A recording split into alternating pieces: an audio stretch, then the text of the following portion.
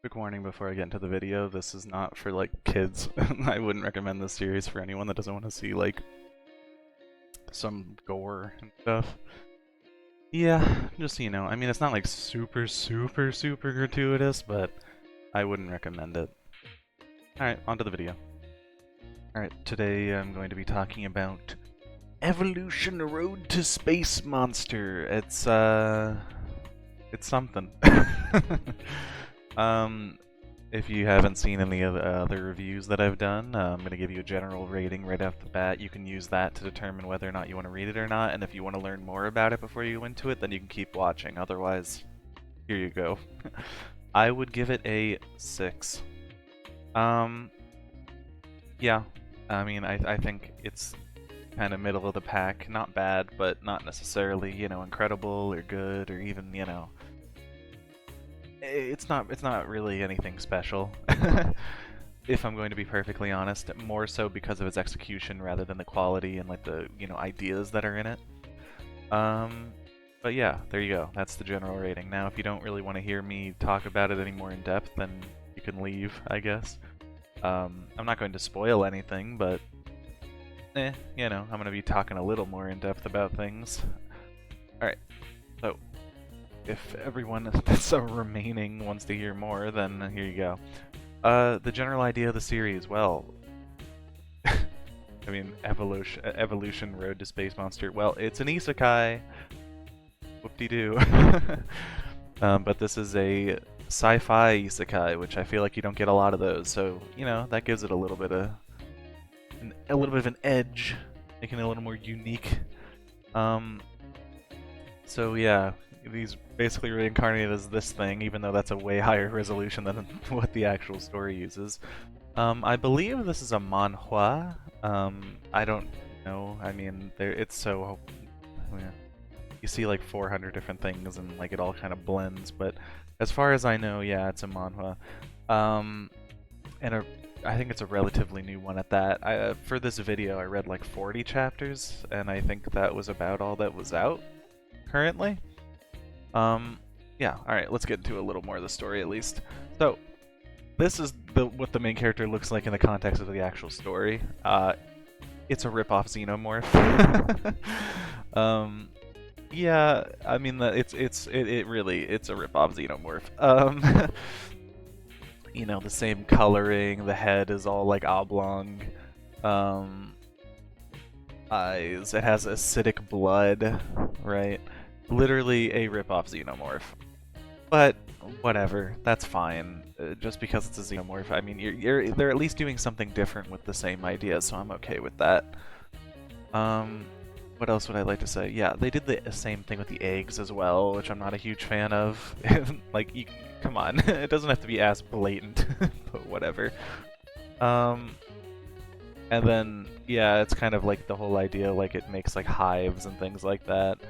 Basically just typical sci-fi creature.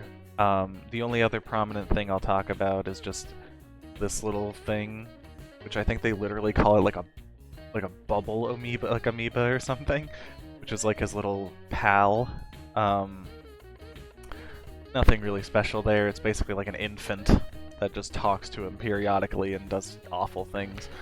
I'm not going to be showing like a whole bunch of bits from the actual series. I mean, you could read it if you want to see it. I'm just going to be explaining my thoughts. So yeah, I mean, it's an isekai. This is what I'll say about it. I think it's like a fun idea, like trying to evolve by eating creatures and getting new characteristics. It's kind of like they kind of blend this thing with like the Predator, where it takes like the best characteristics of different races, except it's like a Xenomorph Predator, I guess, with a human mind. So it's a little more advanced than like a Xenomorph would be typically. It has the whole tail thing though, like the spiked tail, acidic blood, like I said, same shape. Basically the, very similar idea. But yeah, I mean, I think like the part that's kind of fun, I guess, is that it has that idea of like the Predator where it like evolves the characteristics of people it eats. And not eats, but well, I guess it eats, but the predator wouldn't. But it just takes like the best characteristics of whatever race it's coming into contact with and uses them for itself, which is fun. I don't hate that idea. I think that's really cool. And I think something with this series is that the ideas are really cool, but everything that I see in the series I'm not necessarily like ecstatic about. I'll say this. Artistically, like I said, because it is a ripoff, it you know, I can't give it any credit. The character designs are not really anything special, if you're going to ask me. It's all super basic. One of the characters is literally just a blob. So I mean, I can't really give it that much credit in terms of character design. It's either ripping stuff off or generic or just, you know, whatever. It's like generic sci-fi or ripping someone off. I think maybe in the entire series, up to 40 chapters, there's only one character that I think was relatively unique, and if I talk about him, he'd be a spoiler. And I really don't want to go that far into it, but even then, it's like, okay, yeah, one character that looks somewhat unique after like 40 chapters, okay. That really doesn't do much for me.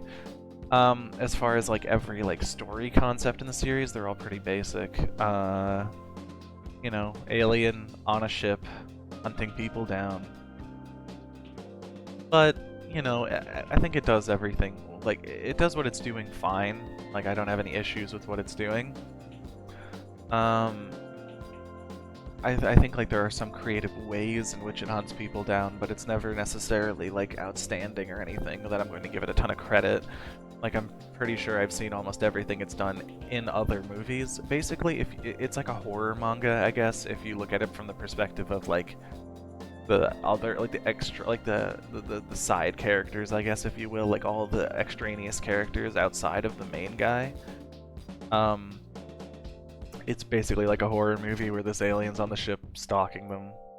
Yeah, that's the gist. I think it's going to have a turning point at, you know, a stage, but where they're currently at is not there. And from the main character's perspective, it's just an isekai. If you've seen like any isekai where they're reincarnated as like another creature, it's that. You know, they do things, they level up, blah blah blah. Where I see problems with this series, I would say is like like just subtle things that I think are kind of disappointing. They talk about this character's morality, for example, at points. Like, is it okay to become like a monster? Or, you know, he just kills people and he doesn't have any feelings. But they don't really go into it ever, and he kind of just brushes it off like, oh, who cares? Which is like, really? You're gonna put all these like interesting plot points and never dive into them whatsoever? Okay. Also, like, where they are, I mean, I think some of the most compelling characters are the side characters, but they never really, I don't think they showcase them enough. They also, it's kind of one of those things where, like, I can't necessarily recommend this, like, this for a story perspective, but the series does a lot of, they do a lot of things where it's like a good, like, you know, waste your time read along thing where they don't really go into much depth. It's kind of just like, here's a new ability, he uses the ability. And it's like, okay. And like, that's fine and all, but like, if you're looking for like a high rating on a series, I think it has to do a little more than that. Or at least do it so well that it stands out. And I don't think it really does. You know, I mean, I think another thing you'll notice is like a lot of gore. I wouldn't recommend this, you know, much to you know, people that don't want to see that stuff. Like, there's definitely some gore, and it's just kind of gratuitous. It doesn't really, there's not a lot of added value. Yeah, I mean,